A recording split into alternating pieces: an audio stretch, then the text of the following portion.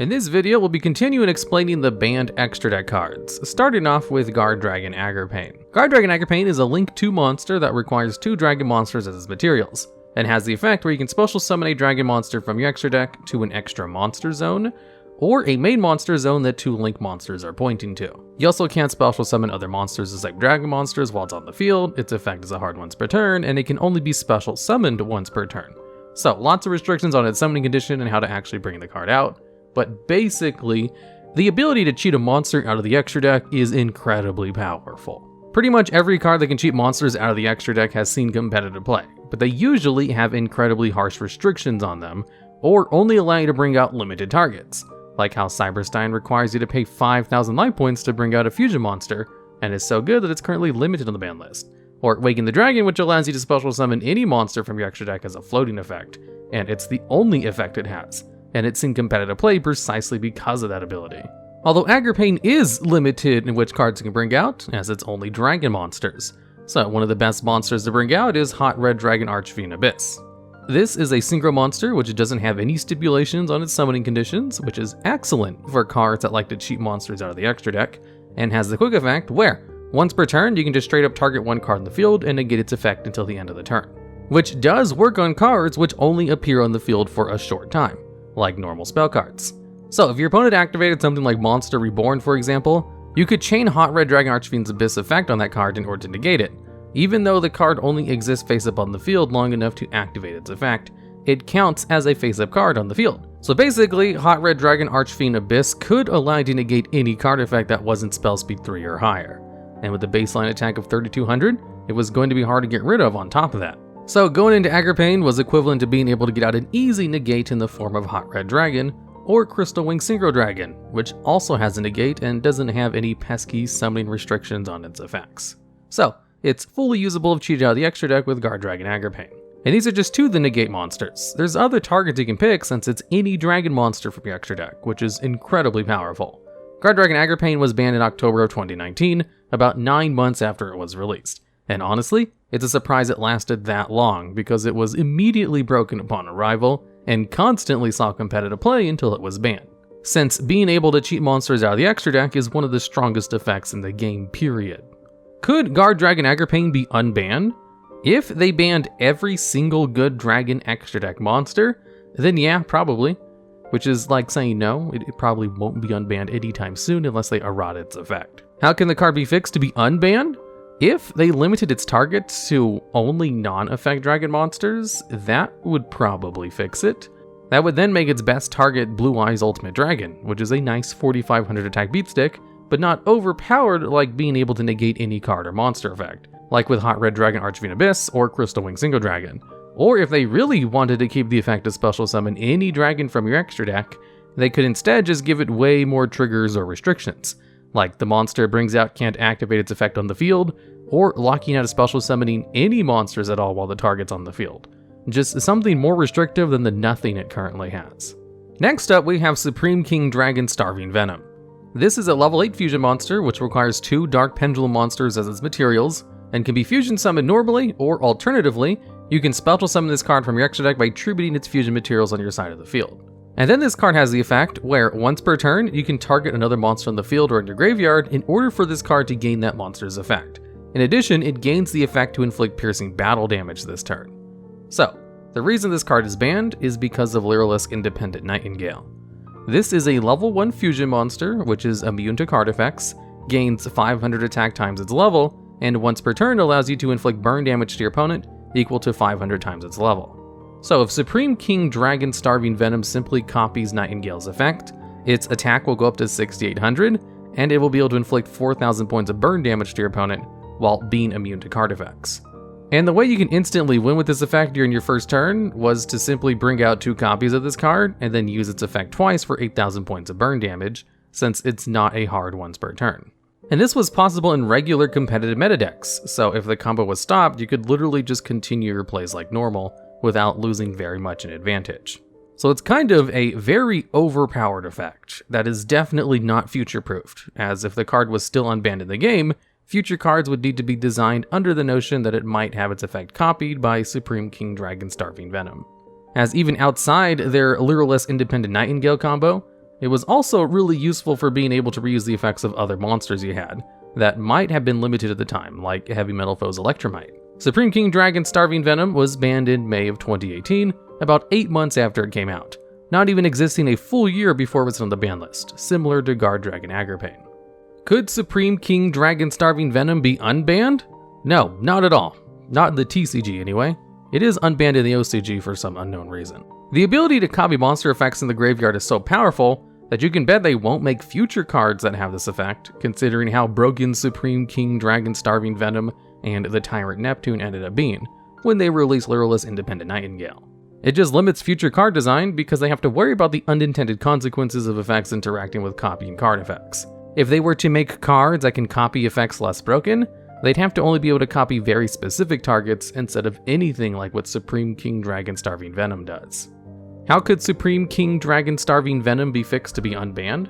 If they change its effects to only be able to copy the effects of a singular pendulum archetype or just a much more smaller range of targets, that might be good enough. The card is meant as a generic Dark Pendulum support, so if they only limit it to copying Dark Pendulum monster effects for a turn, then it might still have a couple of strong interactions, but I can't think of any off the top of my head. And it would be much easier to design around that card's effect, since Konami doesn't really like making new pendulum monsters anyway. Next up we have Tempest Magician. Tempest Magician is a level 6 synchro monster which requires a spellcaster monster as one of its non-tuner materials, and simply has the effect where when it's synchro summoned, you get to place one spell counter on it. It also has the effect where once per turn, you can send any number of cards in your hand to the graveyard to place an equal number of spell counter cards amongst cards you control. Then it has another effect, where you can remove all the spell counters on the field in order to inflict 500 points of damage to your opponent for each one. So if you're able to get 16 spell counters on the field, then you can FTK your opponent with Tempest Magician's effect. And for the longest time, outside of incredibly inconsistent combos, this wasn't very likely. There were some decks that could absolutely pull off the FTK, but they weren't consistent enough where Tempest Magician was a problem. Kinda like how YuGiOh Mind August is involved in all kinds of FTKs, but they're all very inconsistent, so the card is unlimited on the ban list and no one really plays it. However, the problem with potential FTK cards comes when a new card is introduced that allows activating the effect easier, which came with the Link monster Selene, Queen of the Master Magicians. This is a Link 3 monster which requires at least one spellcaster monster as one of its materials, and when it's Link summoned, you get to place a number of spell counters on this card equal to the number of spells on the field and in the graveyard. So, if you're able to get 15 spell cards in the graveyard, then this card will have the 15 extra spell counters required for Tempest Magician to perform the FTK, since Tempest Magician provides one immediately on its summon. And getting 15 spell cards into the graveyard is actually pretty easy, thanks to the Bamboo Engine and a couple of other cards that allow you to cycle through your deck and get spells in the graveyard, like Toon Table of Contents or Foolish Burial Goods. So the hardest part of pulling off the FTK would be just getting Selene and Tempest Magician on the field. So Tempest Magician was actually banned preemptively before Selene, Queen of Master Magicians was added to the TCG in January of 2020, with the Link monster releasing 3 months later. However, funny enough, in the OCG, Tempest Magician wasn't banned until recently, and Selene, Queen of Master Magicians was released 4 months earlier than the TCG. So the OCG had both of the cards in the game at the same time for over a year. And what do you know? Tempest Magician was 100% used in FTK decks. That was incredibly consistent thanks to danger cards, and eventually the card was banned a year later. And it's funny because the TCG obviously saw that it was going to be a problem immediately and preemptively banned Tempest Magician, but the OCG did not, and the card was a problem, and then eventually got banned a year after it already topped a bunch of events. Although I guess since it didn't take a whole bunch of top spots, they were able to take their time on banning it. Could Tempest Magician be unbanned?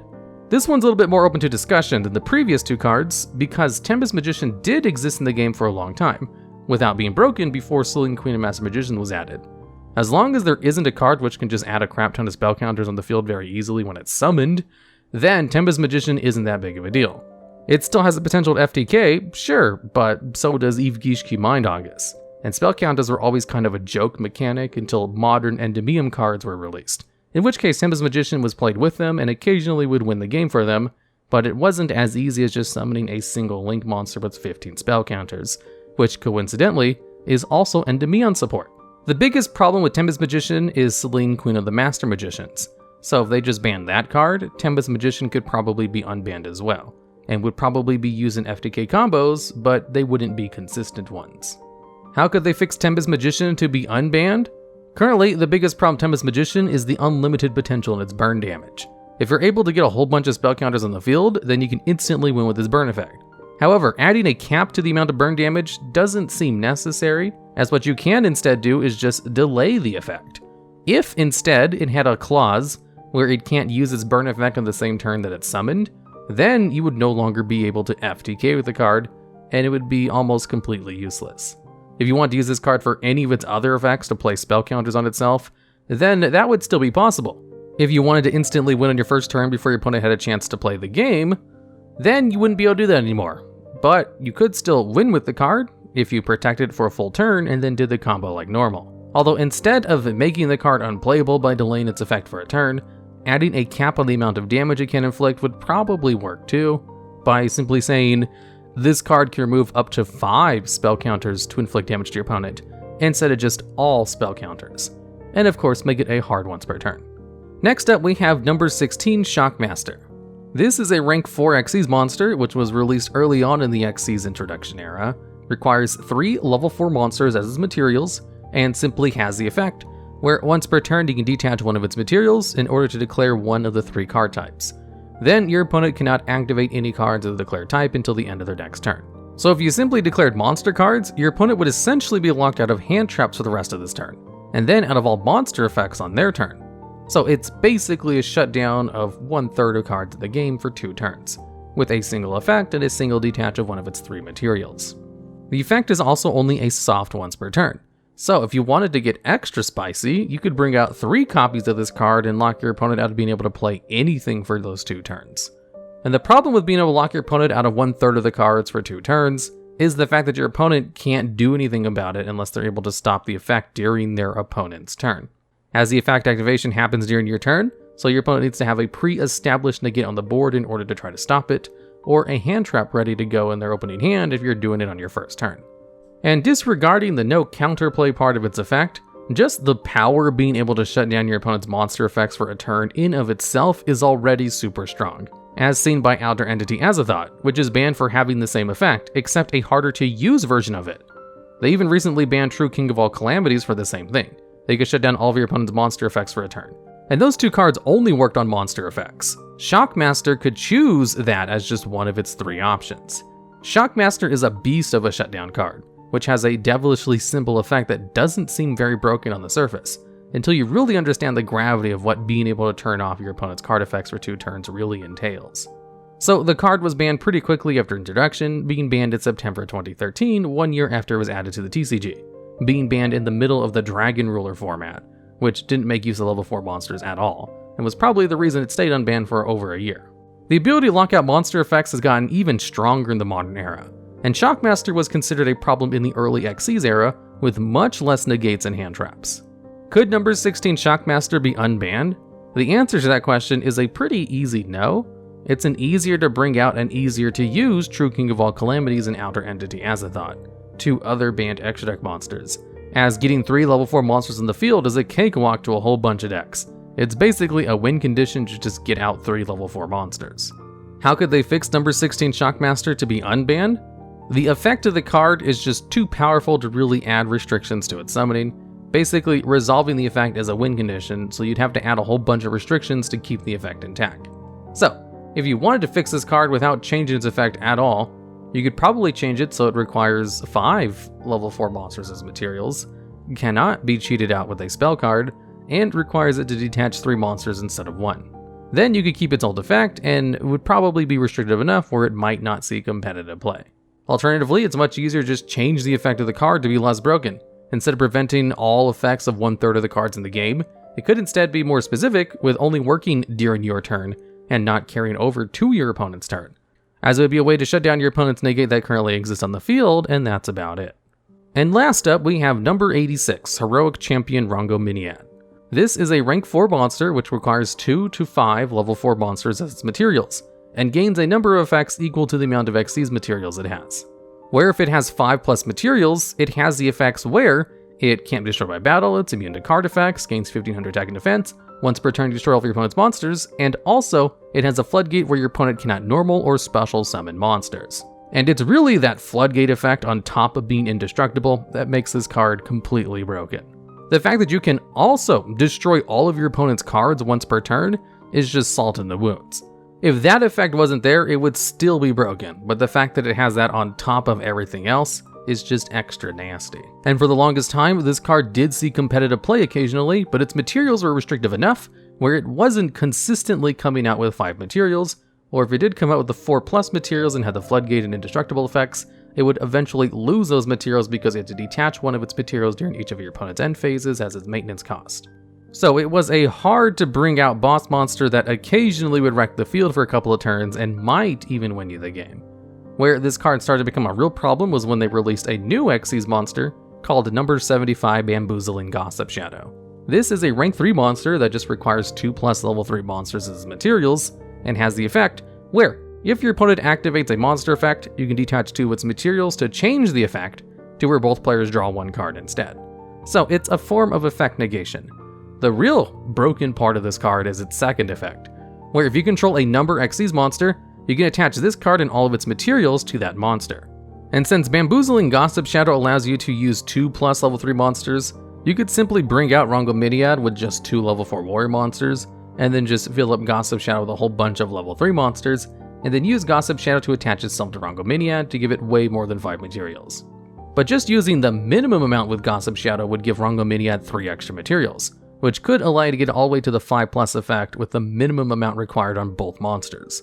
And so with a much easier to bring out Rhongo Myniad that had more than 5 materials, there wasn't really anything your opponent could do to stop it, as it would eventually just win you the duel by destroying all your opponent's cards once per turn, locking your opponent out of doing anything with monsters, while just baseline being immune to all card effects, of course. It was kind of anime levels of broken with Gossip Shadow, and it was never meant to get to the full materials so easily. So this card was banned in January 2019, and Gossip Shadow was left completely unrestricted and has occasionally seen competitive play since, but was really broken with Rhongo Myniad and not really worth banning for its interactions with any other cards. Could number 86 Heroic Champion Rhongo Myniad be unbanned? This one seems like it's up for debate, since it was fine until Bamboozling Gossip Shadow was released. But the power creep of the game has gotten to the point where you could probably get Rhongo Myniad out with 5 materials without Gossip Shadow and just do the same things it was doing. Modern metadecks are able to spam out way more cards than they ever could, so the card will probably stay banned because it's just not future-proofed, as proven by how broken Gossip Shadow made it. How could number 86 Heroic Champion Rhongo Myniad be fixed to be unbanned? If they removed its floodgate effect, the 4+ condition, then the card would be fine. It's literally just that floodgate that makes it overpowered, because there isn't really a way to out the card if you can't summon monsters as it's unaffected by card effects, as not even the Winged Dragon of Raw Sphere mode or a Kaiju can out the card, which is usually the go-to case for indestructible boss monsters.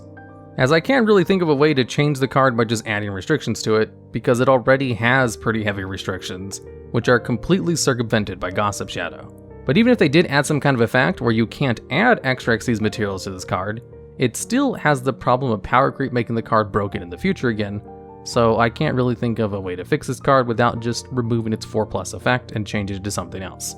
Or at the very least, its 3+ effect that makes it immune to card effects. That way there's some measure of counterplay. Alright, and that's it for the video. There were a lot of people asking for more cards in these explaining the ban list videos besides the 2 or 3 I have been doing, so I decided to go back to the old method of just covering around 5-ish cards per video. The reason I was covering less of them per video was because I could just go into way more detail with less cards, but that's not really necessary for a lot of these cards, as most of them are pretty easy to explain why they're broken. So to going over more cards again, I might be able to actually finish the entire series by the end of the year, maybe or maybe not.